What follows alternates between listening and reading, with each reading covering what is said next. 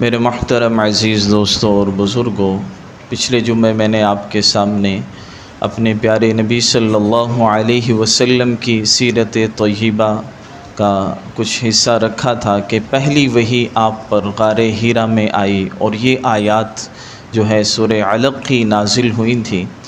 اسی طرح حضور صلی اللہ علیہ وسلم پر جب سورہ مدثر کی آیات نازل ہوئیں، اللہ کا حکم آیا، یا ایھا المدثر قم فانذر، اے نبی جی آپ کھڑے ہو جائیے، فانذر، اور اللہ تعالیٰ کا پیغام لوگوں کو سنائیں، آپ لوگوں کو شفقت کے ساتھ ان کو جو ہے ڈرائیں اور انہیں عذاب سے ڈرائیں، اللہ کی نافرمانی سے، کفر سے انہیں ڈرائیں کہ یہ کام تم نہ کرو۔ حضور صلی اللہ علیہ وسلم کو جو ہے یہ آیات نازل ہوئی اور اس کے ساتھ آپ نے پھر انفرادی دعوت شروع فرما دی تھی۔ انفرادی طور پر آپ مسلسل دعوت دے رہے تھے۔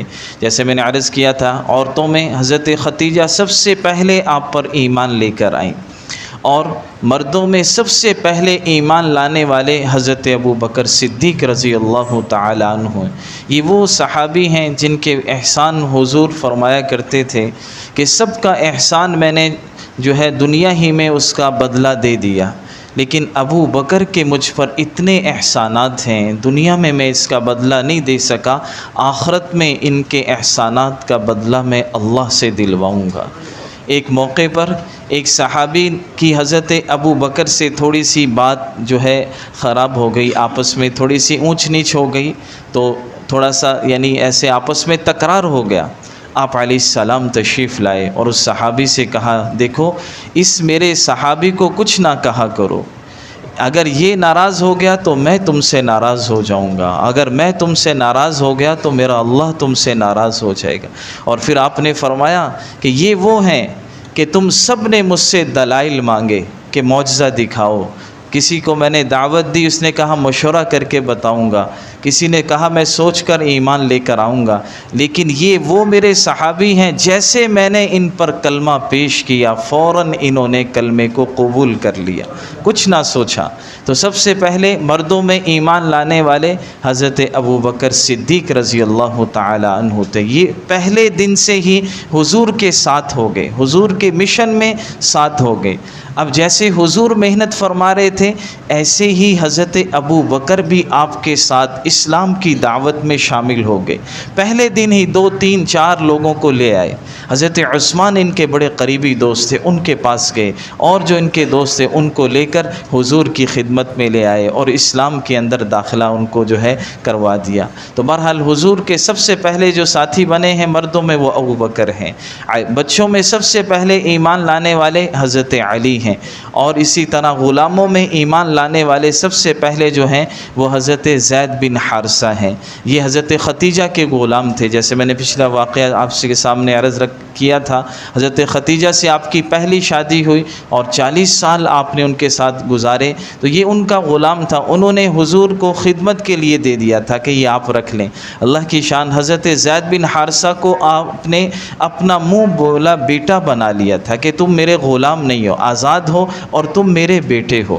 اللہ کی شان، یہ ایک جنگ میں آزاد ہوئے تھے حضرت زید بن حارثہ، اسی جنگ کے اندر جو ہے گئے تھے، وہاں سے کسی قبیلے والوں نے ان کو قید کر کے غلام بنا دیا۔ اب یہ مکہ میں پہنچ گئے، حضور کی بارگاہ میں پہنچ گئے۔ اب ان کے والد اور چچا ان کو اپنے علاقے سے لینے کے لیے آئے کہ ہمارا یہ بچہ ہے اور یہ ایسے جنگ میں جو ہے گرفتار ہو گیا تھا، غلام بن گیا تھا، آپ جو ہے یہ پیسے لے لیں۔ حضور کے پاس پہنچے اور اس کو آزاد کر دیں۔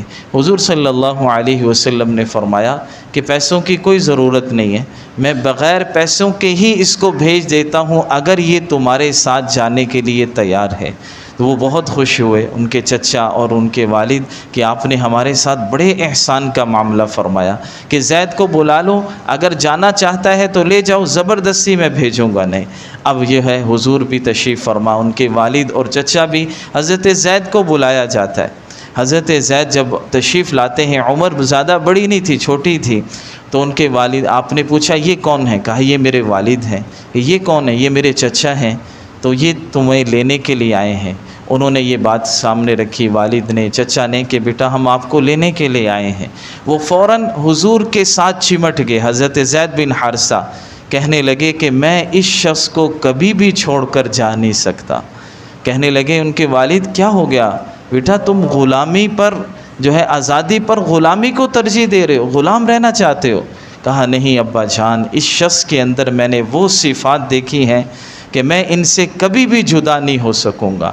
اور حضور نے بھی ان کے اوپر ہاتھ رکھا، فرمایا میں یہ غلام نہیں ہے، یہ میرا بیٹا ہے۔ ان کے والد اور چچا ان کو یہ حال دیکھ کر کہ یہ تو کتنا خوش ہے اور یہ بچہ ہی نہیں آنا چاہ رہا، تو یہ چھوڑ کر چلے گئے۔ پھر آپ نے ہی ان کو اپنے پاس رکھا اور جو ہے پھر ان کی شادی آپ نے اپنی پھوپھی کی بیٹی حضرت زینب بنت جحش سے کروائی۔ پھر بہرحال آپ ان سے بڑی محبت فرماتے تھے، آپ کے منہ بولا بیٹا جو ہے یہ پکارے جاتے تھے۔ تو بہرحال غلاموں میں سب سے پہلے ایمان لانے والے یہ حضرت زید بن حارثہ ہیں۔ اس طرح پھر قرآن کی ایک اور آیت نازل ہوئی جب آپ تب جو ہے انفرادی طور پر کچھ لوگ ایمان لے آئے تھے۔ اب اللہ کا حکم یہ آیا، سورہ جو ہے 19ویں پارے میں ہے، وَأَنذِرْ عَشِيرَتَكَ الْأَقْرَبِينَ۔ اے نبی جی آپ اپنے قریب ترین جو آپ کے رشتہ دار ہیں ان کو جمع کر کے ان کو اللہ کا پیغام پہنچائیں۔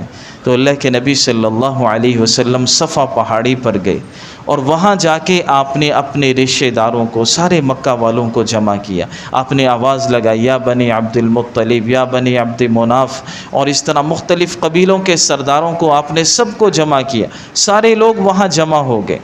اب آپ علیہ السلام نے پہلی بات ان کے سامنے یہ رکھی کہ بتاؤ قد لبثت فیکم عمرا من قبلی، کہ میں تم سے، حضور کو جو نبوت ملی ہے وہ 40 سال کی عمر میں۔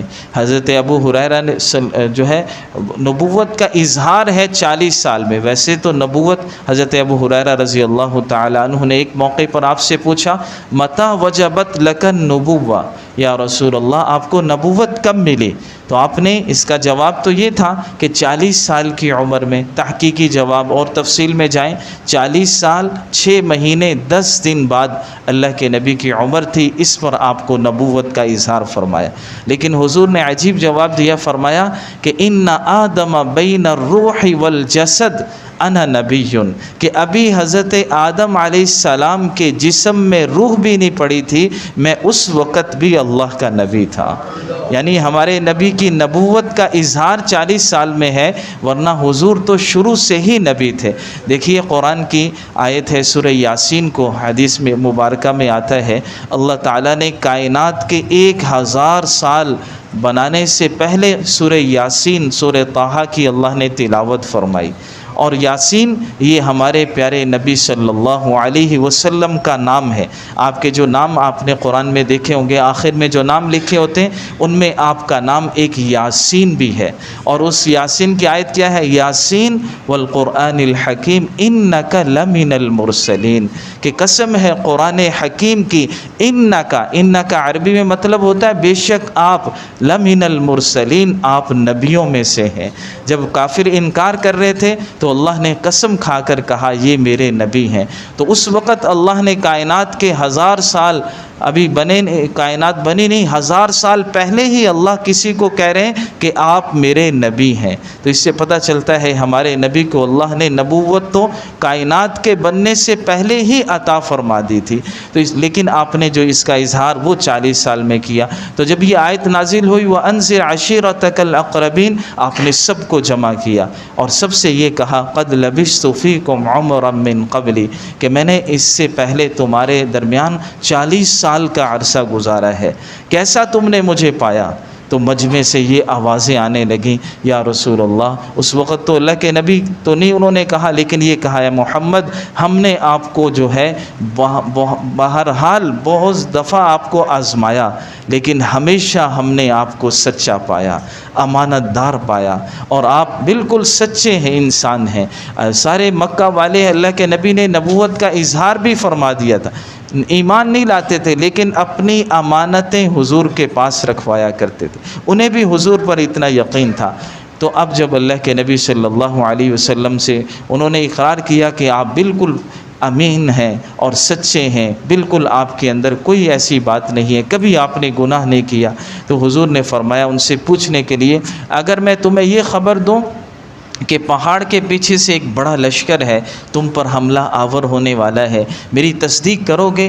اس ڈر کو میرے کو تم سمجھ جاؤ گے؟ سب نے کہا کیوں نہیں، بالکل ہم سمجھ جائیں گے۔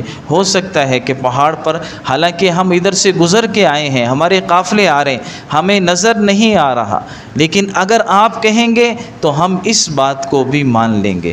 اللہ کے نبی نے فرمایا اس کے بجائے یہ بات تو چھوڑو، انی نذیر لکم بین یدی عذاب شدید، میں تمہیں یہ اللہ کا پیغام سناتا ہوں کہ اللہ نے مجھے تمہاری طرف ڈرانے والا بنا کر بھیجا ہے، اس عذاب سے اگر تم نے کفر نہیں چھوڑا اور اگر جو ہے اللہ کی توحید اختیار نہیں کی تو تم جو ہے ایک بڑے عذاب سے جو ہے اس سے ڈرو کہ وہ عذاب، جہنم کا عذاب تمہیں جو ہے اپنی لپیٹ میں لے لے گا۔ اب یہ بات کہنی تھی تو سب سے پہلے آپ کے جو چچا تھے ابو لہب وہ بھی موجود تھے، بس اس بد نصیب کے جو ہے برے نصیب تھے، اس بدبخت کھڑا ہوا اور کہنے لگا تبا لک الہذا جمعتنا، کہ ہلاکت ہو نعوذ باللہ من ذالک، اے محمد تمہارے لیے، تو نے اس لیے ہمیں جمع کیا کہ ہمارے سارے بتوں کو چھڑوا کر تم جو ہے ایک معبود کی طرف ہمیں لانا چاہتے ہو۔ اللہ کی شان، اس نے یہ جب بات کہی تو اللہ نے پوری قرآن کی صورت نازل فرما دی، تبت یدا ابی لہب و تب، کہ حضور ہلاک نہیں ہوں گے، اے ابو لہب تیرے ہاتھ ٹوٹ جائیں اور تو ہلاک ہو گیا۔ یہ بہت مالدار تھا، اللہ نے فرمایا ما اغنا عنہ مالہ وما کسب، تیرا مال جو تو نے کمایا تیرے کوئی کام نہیں آئے گا۔ سیصلی نارا ذات لہب، ان قریب شعلوں والی آگ کے اندر تو داخل ہوگا۔ جیسے یہ حضور کو تکلیف پہنچاتا، اس کی بیوی بھی اسی طرح حضور کو تکلیف پہنچاتی، آپ کے راستے میں کانٹے بچھاتی تھی، اللہ نے اس کا بھی ذکر فرمایا وامرأۃ، تیری بیوی بھی حمالۃ الحطب، جو لکڑیاں اٹھانے والی ہے، فی جیدہا حبل من مسد، یہ اللہ نے سورت نازل فرمائی۔ ان کا انجام بہت برا ہوا دونوں کا۔ ابو لہب کو اللہ تعالیٰ نے بدر کے 7 دن بعد ایسی بیماری لگا دی کہ اس کے سارے جسم میں کینسر پھیل گیا، اب کوئی اس کے جو ہے جسم کے قریب اس کو نہیں آ رہا تھا، اور دور سے جیسے کتے کو روٹی پھینکتے ہیں لوگ ایسے اس کو روٹی پھینک رہے تھے۔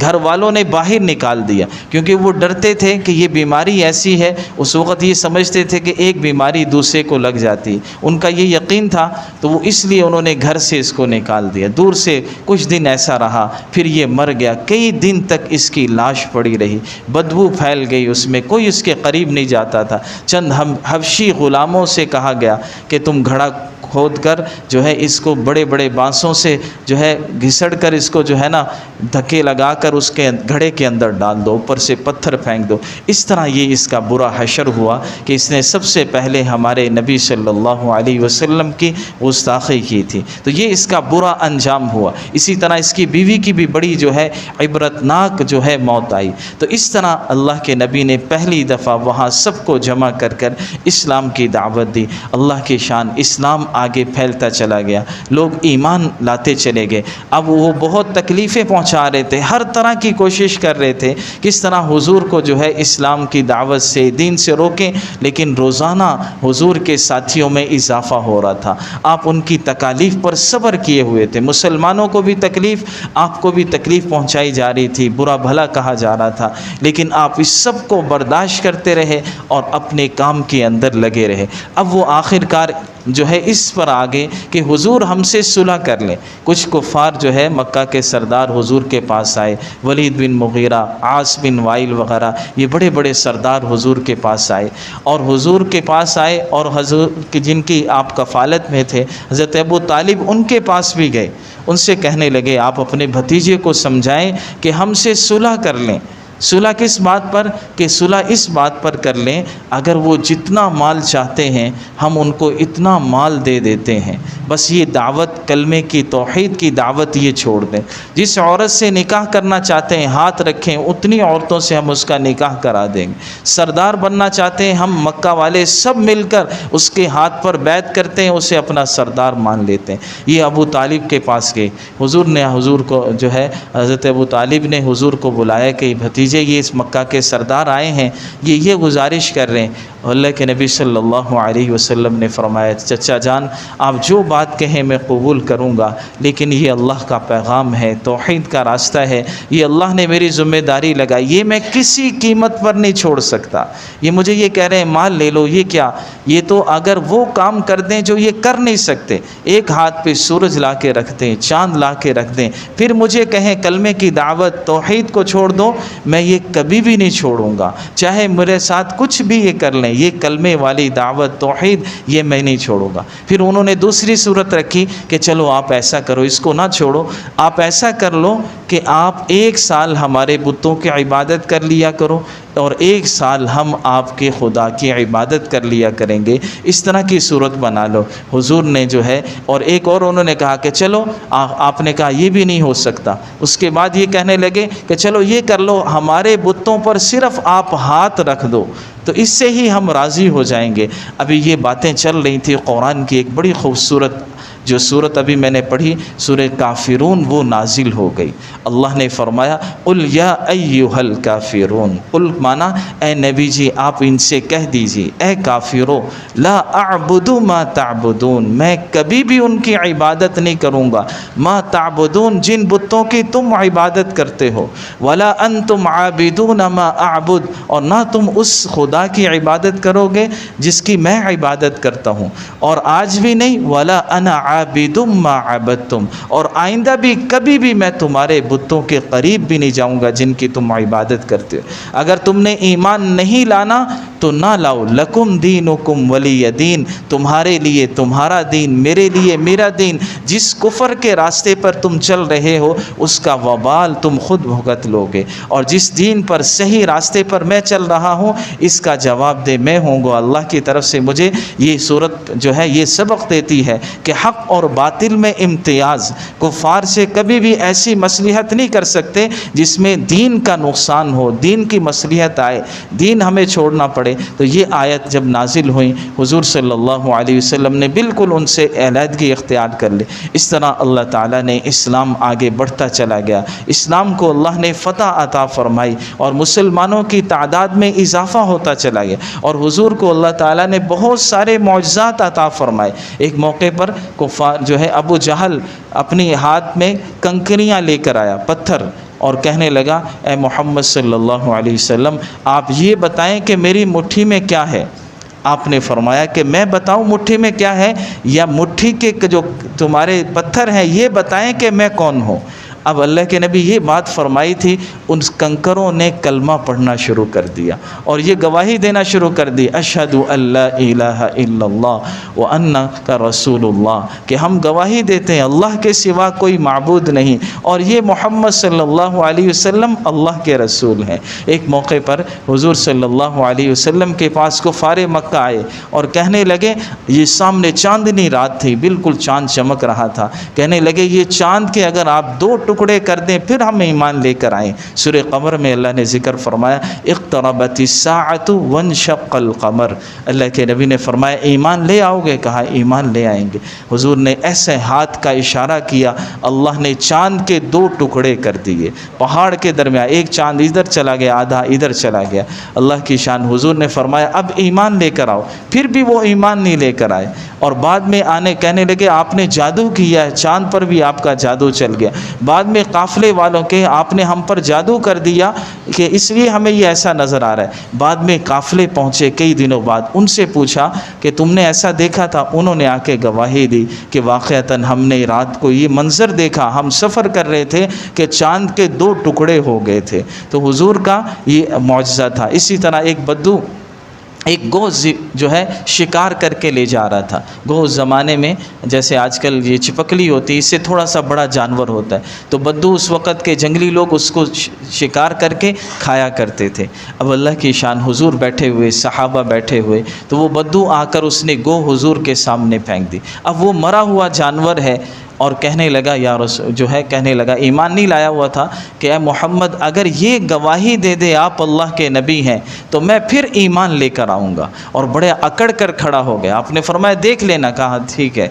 تو اللہ کے نبی صلی اللہ علیہ وسلم گوہ کی طرف مخاطب ہوئے، آپ نے فرمایا یا ضب، عربی میں گوہ کو ضب کہتے ہیں، یہ کہنے تھے آپ کے الفاظ تھے کہ فوراً گوہ کی آنکھیں کھل گئیں، اور بڑی ہی خوبصورت الفاظ میں عربی میں اس نے بات کی، کہا لبیک و سعدیک یا زین من وافا یوم القیامہ، کہا یا رسول اللہ میں حاضر، سعدیک مانا میرے بھاگ جاگ گئے کہ آپ آخری نبی جو امام الانبیاء، آپ نے مجھ سے بات کر لی، مجھے پکار لیا اور آپ کو بڑا لقب دیا، یا زین من وافا یوم القیامہ، اے وہ ذات جس کے وجود سے قیامت کی سختیاں کم ہو جائیں گی، قیامت کا دن منور ہو جائے گا۔ اب آپ نے سوال کیا من تعبد، تو کس کی عبادت کرتی ہے، کس نے تجھے پیدا کیا؟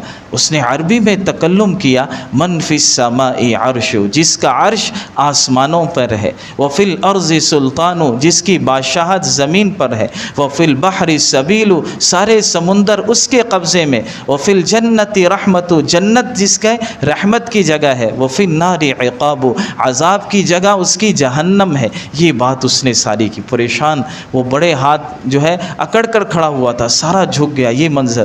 آگے آپ نے پوچھا من انا، میں کون ہوں؟ تو عجیب اس نے بات کی، انت رسول رب العالمین، کہ آپ تو تمام جہانوں کا جو رب ہے اس کے بنائے ہوئے پیغمبر اور رسول ہیں۔ اور آگے ایک عقیدے کی بات کی، فرمایا وانت خاتم النبیین، اور آپ آخری نبی ہیں، آپ کے بعد اب کوئی نبی نہیں آئے۔ آخری اس نے بڑا خوبصورت پیغام دیا، فرمایا من قد افلح من صدقک، کہ وہ شخص کامیاب ہو جائے گا جو آپ کی تصدیق کر دے گا، جو آپ پر ایمان لے آئے گا، آپ کی اتباع کرے گا۔ وقد خاب من کذبک، اور وہ شخص ناکام ہو جائے گا، نامراد ہو جائے گا جو آپ کی تکذیب کرے گا اور آپ کی اطاعت نہیں کرے گا۔ تو آج سے ہم یہی نیت کریں، گوہ کا ہمارے لیے پیغام کہ اللہ کے نبی سے ہم سچی محبت کریں، آپ کے لائے ہوئے دین کو اپنائیں اور آپ کی سنتوں پر عمل کریں، یہ کامیابی کی دلیل ہے۔ اللہ تعالی ہم سب کو عمل کی توفیق عطا